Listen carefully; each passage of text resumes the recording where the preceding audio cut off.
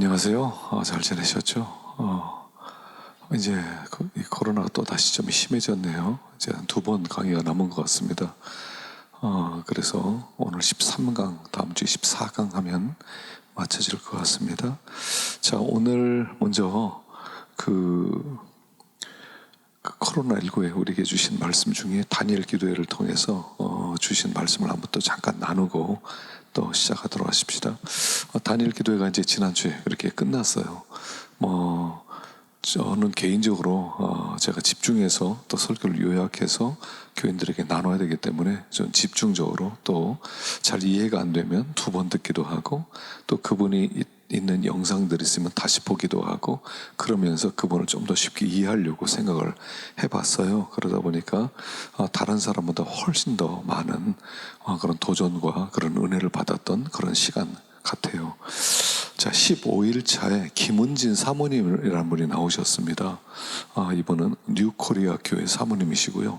뉴코리아는 이름대로 새로운 코리아, 그래서 탈북해서 오신 분들이 세운 교회예요.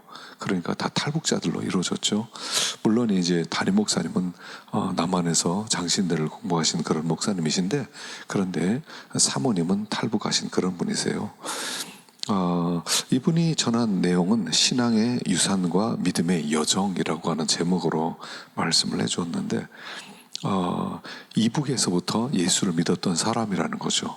이북에서 태어났고 또 이북에서부터 할머니로부터 신앙을 전수받고 그리고 거기서 지하교회에 다니다가 그리고 나서 이렇게 추방당해서 탈북하게 된 그런 사람이에요.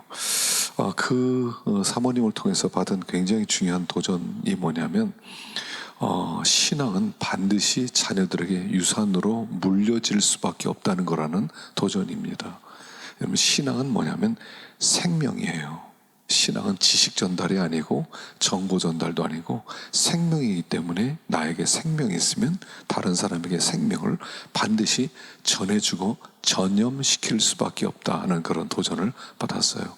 그러니까 어릴 때 할머님이 어느 날 이렇게 다 부르더니 그때부터 성경 이야기, 예수님 이야기를 해주고 그 다음에 찬송가를 가르쳐주고 그러면서 밤마다 모여서 그런 신앙교육을 받았다고 합니다. 그러면서 자연스럽게 예수님을 영접하게 되었는데 알고 보니까 자기 아버지가 양복점을 이렇게 하는 사람이었는데 그런데 알고 보니까 지하교회를 이끄는 담임 목회자였다는 거예요.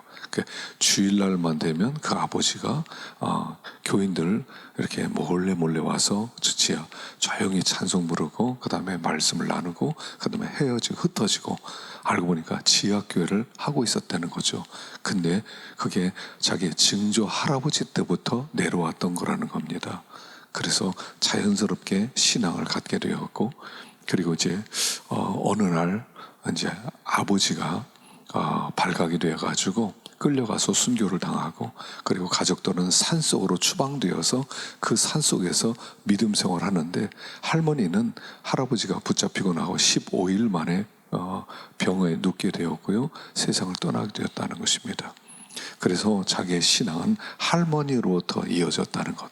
그렇게 북한에서 지하교회에서 신앙생활하는 사람이 정확한 통계는 없지만 최소한 12만 명 이상, 아마 많게는 40만 명까지 보는데 정확한 숫자는 모르지만 아직도 거기에는 몇 대째 예수를 믿는 사람들이 있다는 거죠. 그런데 아무리 핍박이 강하고 목숨을 걸어도 이 신앙은 생명이기 때문에 포기할 수 없는, 그래서 그 자녀들에게 계속 이어지고 있다고 하는 그런 놀라운 간증을 들었습니다. 그런데 이분이 참 간증하는 것 중에 하나가 뭐냐면 그냥 고난이죠.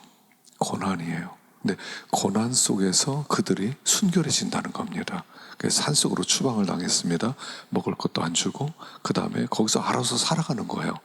그래서 산에 있는 나무를 떼다가 살기도 하고 산에 있는 산나무를 캐다가 먹기도 하면서 거기서 그렇게 신앙생활을 했는데 그럴수록 고난을 당할수록 점점 더 신앙이 순결해지고 그리고 천국에 대한 소망이 커지더라는 거예요. 이걸 가르쳐 줬어요. 고난은 뭐냐면 우리의 신앙을 순결하게 만들고, 신앙이 순결해진다는 것은 무엇을 의미하느냐 하면 천국을 향한 소망이 커진다는 것을 의미한다는 거예요. 내가 순결하다, 뭐 거룩하다, 뭐 죄 안 짓는다, 깨끗하게 산다, 그런 의미도 있지만 더 중요한 것은 천국을 사모하느냐, 예수님만 바라보고 있느냐, 그것을 순결이다, 이렇게 설명을 하는 거죠. 그래서 이렇게 이제 남한에 내려와서 이제 복음을 증거하고 그런 북한에 올라가서 교회를 세우고 또 다시 하나님의 사역을 할 그런 꿈을 꾸게 되는데, 그 뿌리가 자기의 외할머니로부터 또 아버지로부터 그런 신앙을 물려받았다 하는 그런 이야기를 통해서 아주 신선한 도전을 받았습니다. 16일 차에는 박위라고 하는 청년이었습니다. 지금 유튜버를 운영하고요, 위로클이라고 하는 이름으로 활동을 하고 있습니다. 모태신앙이었어요. 알고 보니까 이 친구 아버지가 유명한 연출 감독이더라고요. 영화배우. 그 영화배우를 이렇게 영화를 만드는 감독이기도 하고 또 텔레비전 그걸 찍는 그런 유명한 분인 것 같아요. 그런데 어느 날 청년 때 이제 좋은 직장에 딱 취업을 하고 너무 좋아서 그때부터는 이제 놀기 시작한 거죠. 그래서 놀러 다니고 또 클럽에 다니고 매일 술 마시고 너무 재밌더래요. 그래서 한 번은 이렇게 하나님께 기도했답니다. 술 취해가지고, 하나님, 세상이 너무 즐겁습니다. 이 쾌락 포기하고 싶지 않습니다. 하나님, 50대 50으로 하나님 섬기겠습니다. 그러나 나이 들면 내가 주님께 돌아가겠습니다. 저 좀 내버려 두세요. 어느 날 주일날 술 마시고 그런 기도를 올렸답니다. 근데 어느 날 클럽에 갔는데 클럽에서 한참 술 마시고 놀다가 필름이 끊긴 거예요. 그리고 나중에 눈 떠보니까 중환자실에 있는데 자기가 2층에서 떨어져서 목이 부러진 거예요. 그리고 목이 부러져서 그때부터 이제 전신 마비가 되었죠. 그리고 나서 그때부터 이제 어떻게 그가 재활해서 휠체어를 타고 다니면서 지금 유튜버가 되었는지까지를 그가 설명을 합니다. 그가 첫 번째 준 굉장히 도전은 뭐였냐면, 건강을 잃고 나니까 과거에 모든 누렸던 것이 평범한 것이 아니라 은혜라고 하는 것을 알게 되었다는 거죠. 몸을 움직이지도 못하고 다른 사람의 도움을 받아야 되고 세수도 못하고 그 다음에 화장실도 못 가고 그리고 눕지도 못하고 모든 것이 다른 사람의 도움을 받아야 되는데, 보니까 옛날에 내가 자유롭게 할 수 있었던 것이 은혜였다는 거. 그리고 우리가 하는 모든 일들이 하나님의 은혜이기 때문에 감사해야 된다는 것을 그가 첫 번째로 배웠다는 거죠. 두 번째는 그에게 믿음 있는 사람이 곁에 있었다는 거예요. 어머니가 믿음이 있었어요. 어머니는 딱 자기가 병원에 입원하고 중환자실에 들어갔는데 이렇게 엄마가 고백하더랍니다. 너는 위야. 넌 일어날 거다. 너는 간증의 주인공이 될 거다. 너는 사람들 앞에 이 과거의 일들을 너는 웃으면서 전하게 될 것이다. 그러면서 누워있을 때부터 사진을 찍고 영상을 찍고 네가 자료로 쓰도록 만들어주겠다는 그 믿음의 어머니가 있었다는 거예요. 불가능성에서 가능성을 믿는 어머니. 그리고 그 어머니가 계속 믿음을 계속 북돋아주고 좌절하지 않도록 이렇게 믿음을 심어주고요. 또 친구가 하나 있었답니다. 이 친구는 포기하지 않는, 다른 사람은 포기하는데 자기가 이렇게 고집을 피우고 자기가 안 된다 싫다 하더라도 끝까지 밀어붙이는 그런 친구가 있었대요. 그래서 한 번은 수련회 가자는데 자기는 수련회 못 간다. 그러니까 왜 못 가냐, 갈 수 있다. 그래서 자기가 밀고 그 친구를 데리고 가고, 그리고 거기에서 새로운 은혜를 체험하고 중보기도의 능력을 체험하는 그런 기회가 있었다. 그러면서 사람이라는 거예요. 여러분, 한 사람이 진짜 그리스도인이 되려면 진짜 그리스도인을 만나야 돼요. 알죠? 진짜 그리스도인을 만날 때 그 사람이 진짜 참된 크리스찬이 되는 거예요. 여러분, 교육이라고 할 때 이제 오늘 이번에 강의가 교육이 되는 강의인데, 교육이라고 하는 것은 책상 앞의 교육이 아니에요. 정보를 따라가는 게 교육이 아니죠. 교육은 뭐냐면 그 사람을 본받는 게 교육이죠. 그래서 믿음 있는 사람을 만나야 믿음 있는 사람이 되는 거예요. 그래서 이 사람 곁에는 믿음 있는 어머니가 있었고 믿음 있는 친구가 있었기 때문에 자기가 재활에 성공할 수 있었다. 세 번째는 자기의 약함을 통해서 사명을 받았다는 거죠.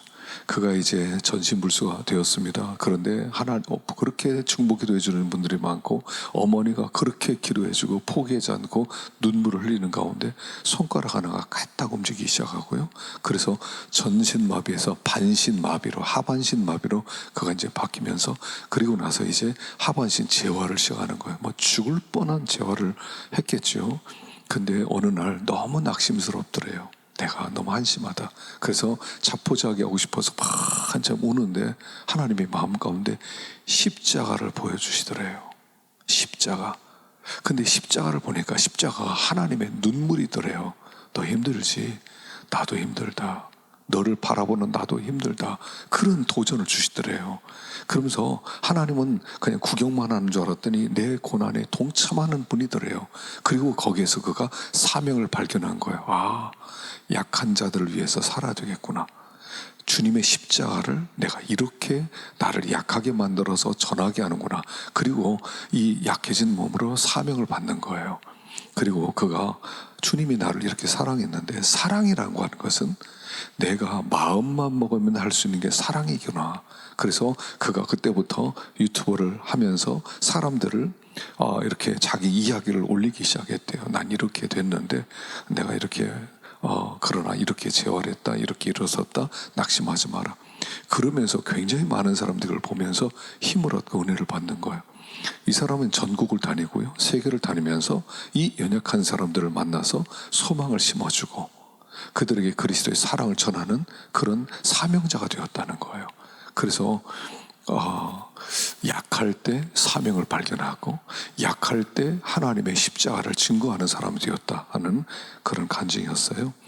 3일차 임종원 목사님인데 천안 명문교회 목사님이고요, 영적 문제 연구소의 소장입니다. 저서로는 무당을 사랑하는 목사라는 책이 있어요. 이 사람은 특이합니다. 그리스도 신학교를 나왔어요. 그리고 23년 동안 무당만 전도하러 다니는 사람이에요. 그가 이제 신학교를 마치고 천안에다가 개척교회를 시작하는데 교인이 오지 않더래요. 알고 보니까 저 교회 이단이래. 뭐 이상한 신학교 나왔대. 그래 가지마.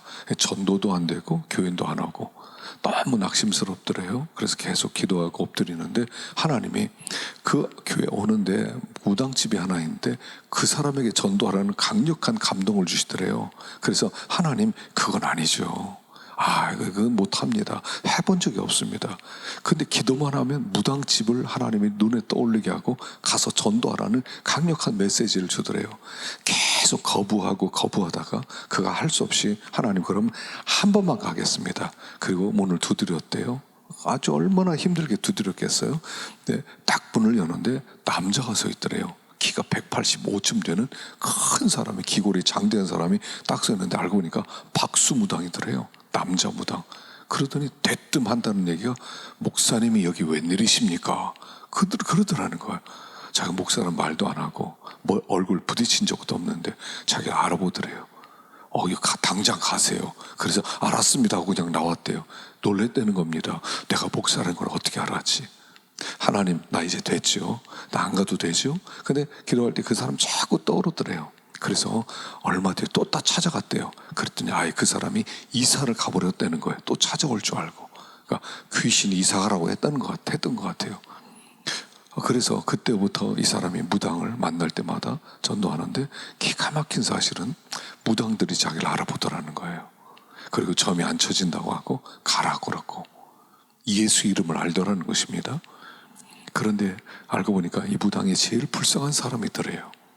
무당이 되고 싶어서 된 사람은 하나도 없고요, 무당은 너 무당 안 하면 너의 자식에게 시킨다, 너 죽인다, 너의 가정 없앤다, 뭐 그렇게 해서 위협받아서 할 수 없이 무당이 되는 거래요. 무당들이 제일 싫어하는 얘기는 너 자식도 무당 되라 하는 얘기래요. 그러니까 무당을 억지로 하는 거예요. 제일 불쌍한 사람이래요. 영에 사로잡힌 사람, 귀신에게 사로잡힌 사람. 그래서 23년 동안 전도를 많이 했어요. 그러면서 어떻게 귀신을 쫓아내느냐? 간단하다. 예수의 이름의 능력밖에 없다는 겁니다. 예수 이름. 마귀가요, 예수 이름을 알더랍니다. 그래서 예수 이름을 전했더니 마귀가 떠나가고, 또 마귀가 싫어하면서 그러면서 주님의 능력이 나타났대. 자기는 영권이 없는 줄 알았대요. 난 영권이 없어. 나는 권세도 없어. 난 병 고치지 못해. 난 아무것도 못해. 근데 그게 아니더래요. 예수 믿는 사람은 다 영적 권세가 있는데 예수의 권세를 주셨고, 이 권세는 하나님 나라를 확장하고 영적 싸움에 직면했을 때 예수 이름의 권세가 나온다는 거예요. 그래서 우리가 이 영적 권세가 있는지 없는지 알려면 우리가 하나님 나라를 확장하는 그 현장으로, 영적 전쟁에 있는 현장으로 들어갈 때 하나님의 역사가 나타난다 하는 그런 이야기를 하더라고요. 그리고 이 사람이 이제 새롭게 하소서 이런 데도 간증을 많이 했는데, 나올 때마다요, 전국에는 무당들 중에 전화한 사람이 많대요. 자기도 구해달라고, 어떻게 구원받을 수 있냐고. 그래서 굉장히 많은 그런 그 역사들이 있었다는 것을 이야기하면서 우리를 도전했습니다. 네 번째, 시네라 집사가 나왔어요. 시네라 알름 탤런트죠. 차인표 씨 부인입니다. 이제 이 사람이 사실 LA에서 공부를 했어요. 양은순 교수님이 그 신학 거기서 이렇게 상담학교를 세웠는데, 그 시네라 거기서 미국에 집이 있나 봐요. LA 얼반이라고 하는 곳인데, 그리고 거기에서 이 학교를 다녀서 말을 굉장히 잘 전하더라고요. 설교처럼 하더라고요. 큰 도전 중에 하나가 뭐였냐면, 자녀는 하나님의 기업이다. 그래서 시편 127편에 보면, 보라, 자식들은 여호와의 기업이요. 내 기업이 아니라 여호와의 기업이라는 겁니다. 하나님의 소유요, 하나님의 땅이라는 겁니다. 그 자녀를 우리에게 맡겼다는 거예요. 근데 기업은 뭡니까? 이스라엘 백성이 가나안 땅 들어갔을 때 12지파에게 기업을 나눠줬죠. 각 지파마다 기업을 나눠줬어요. 기업은 땅이에요. 소유예요. 그 일궈 먹고 살라는 거죠. 그게 메인 주 업무였죠. 자, 우리의 주 업무는 뭐냐면 자녀 양육이에요. 자녀를 키우는 것은, 자녀를 키우면 그 자녀가 하나님의 기업이기 때문에, 하나님의 소유요, 하나님의 땅이기 때문에 우리가 믿음으로 잘 양육하면 그 아이들이 믿음으로 잘 자라서 부모의 복이 된다는 거예요. 부모의 축복이 된다는 거예요. 그래서 우리 이 자녀들은 내 것이 아니라 주님이 우리에게 맡기신 주님의 소유고 주님의 땅이고, 그 자녀 양육을 잘하면 거기에서 모든 먹을 것이 나오기 때문에 자녀들은 내가 책임만 지고 얘네를 키우고 빨리 독립시키고 딱 빨리 내 밥벌이 해야 된다, 그렇게 생각하지 말라는 거예요. 자녀만 잘 양육하면 자녀가 부모를 잘 봉양하게 되기 때문에 자녀 양육에 힘을 써라 하는 그런 도전이었고요. 그런데 이 아이를 기르려면 말씀과 기도로 양육하라는 거죠. 뭐 평범한 얘기죠. 성경은 자녀 양육 지침서라는 거예요. 그래서 성경을 잘 연구하고 기도하는 가운데 자녀를 양육하면 아이들은 믿음으로 살게 될 것이고, 근데 문제가 이 아이들을 키우는데 기도가 필요하다는 거예요. 어릴 때는 말 잘 듣는 것 같아요. 그런 청소년기 들어가서 반항이 시작되죠. 눈물을 흘려야 된다는 거예요. 그래서 자녀 양육에는 기도가 필요한데, 기도는 호흡이라는 거예요. 호흡은 들숨과 날숨으로 이루어지죠. 들숨에는 산소를 들이마시고, 그 다음에 날숨에는 이산화탄소를 내뿜고, 산소를 들이마시고 이산화탄소를 내뱉고, 좋은 걸 들이마시고 나쁜 걸 내뱉는 게 호흡이고, 그게 기도라는 거예요. 기도할 때 그 하나님의 생기를 호흡해야 된다는 거죠. 하나님의 생기로 하나님의 능력을 힘입고, 토할 때는 내 마음에는 모든 쓰레기 같은 생각들, 악한 생각들을 자꾸 토해 놔야 된다는 거예요. 그렇게 호흡이 될 때 우리가 자녀 양육하는데 항상 생생하게 능력 있게 양육할 수 있다 하는 그런 도전이었죠.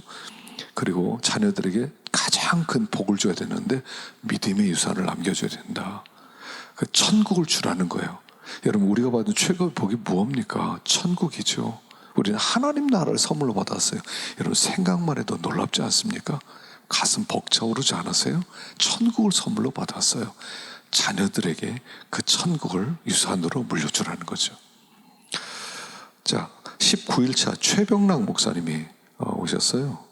최병락 목사님은 미국에서 세미안 교회를 텍사스에서 달라스에서 목회하던 아주 한참 뜨는, 미국에서 뜨는 그런 차세대 리더였죠.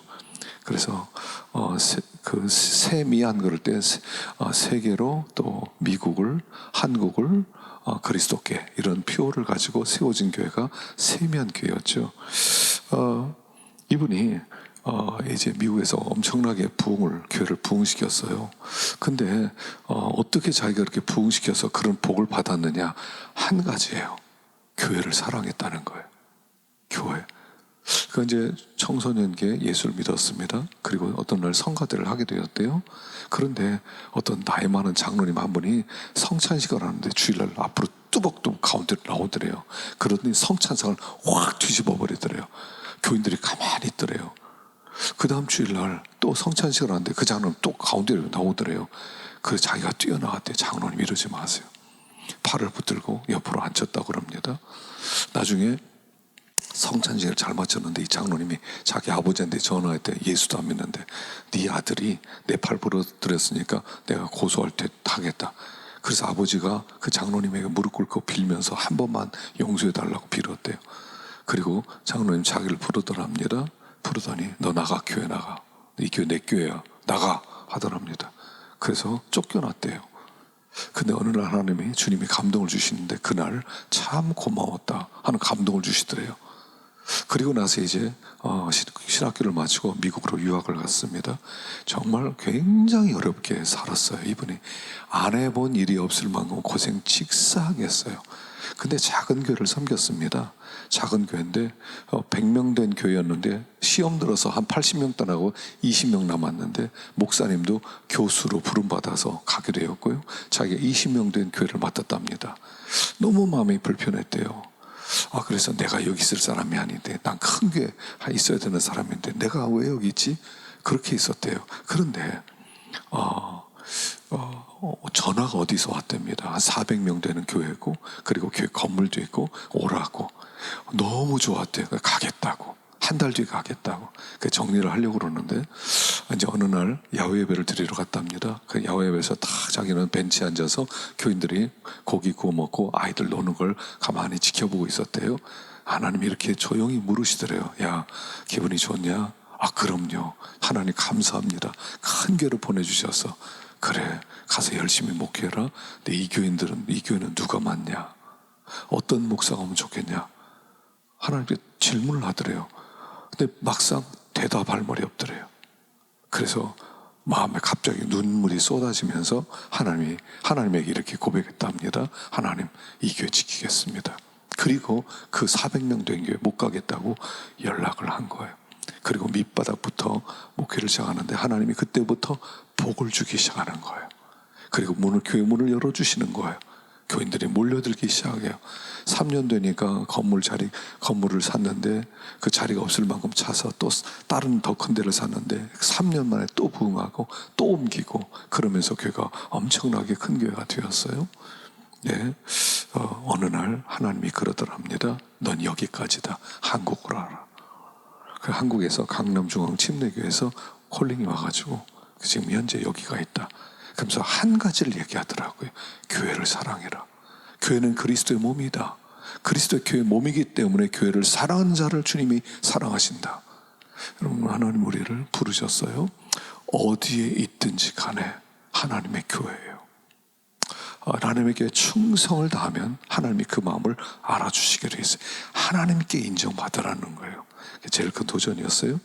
마지막 날 정윤선 집사님이라는 분이 나왔어요. 윤선 디자이너 대표인데 결론을 참 멋있게 내렸어요. 굉장히 힘들게 살았어요. 아버지가 초등학교 1학년 때 이혼을 하고 그때부터 의붓 어머니 밑에서 자란 거예요. 근데 그 의붓 어머니가 교회에 다니는 분이었기 때문에 교회를 다니기도 시작했지만 그러나 어머니가 시간 지나면서 점점 더 힘들어지니까 자기들을 괴롭히더랍니다. 그래서 매일 매를 맞고 자라고 매일 어려운 일을 겪고 그렇게 자랍니다. 자기는 소망이 사모님이 되는 게 꿈이어서 신학교를 들어갔는데 돈이 없어서 2학년 때 그만두었고요. 어머니가 호프집을 운영하면서 자기를 호프집 심부름꾼으로 일하라고 그래서 거기서 일하기 시작했답니다. 그러니까 술 파는 거예요. 쉽게 얘기하면. 그런데 술 팔면서 어떤 날 그 남자가 오면 이 사람하고 같이 나가라 하기도 하고, 또 문을 또 잠그고 밖에서 잠그고 같이 있어라 하기도 하고, 그야말로 최악의 순간을 보냈다고 합니다. 그러면서 남편하고 결혼했는데 남편은 알고 보니까 얼마 동안 지나서 뇌에 뇌종양이 있다는 걸 발견되고요. 그리고 나서 수술을 하면서 먹고 살기 망망하니까 이 사람이 뭐 먹고 살까? 낮에는 남편 돌봐야 되고 밤에 할 수 있는 일을 찾았는데 하나밖에 없더래요. 디자이너. 그리고 대학 다닌 것도 아니에요. 유튜브 보고 디자인을 배우기 시작해요. 그리고 회사를 차리기 시작해요. 그리고 책을 내기 시작해요. 책도 몇 권을 썼더라고요.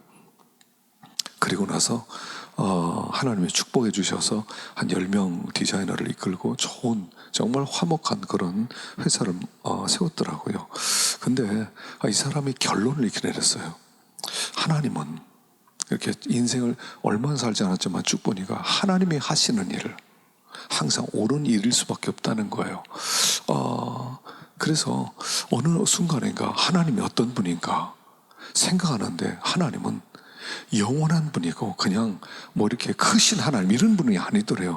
완전한 하나님이고 존재의 근원이신 하나님이고, 그리고 우리는 어느 순간인가 역사 속에 들어오게 만들어졌고, 그렇다면 그분이 역사를 이끌어가는데 분명히 어떤 그 완전한 선하신 하나님이 이 역사를 이끌어가고 나를 이 땅에 들어오게 만들고 나에게 어떤 일을 하셨다면, 그 하나님은 완전한 선이신 하나님이 잘못된 일을 하실 수가 없다는 믿음이 생기더래요.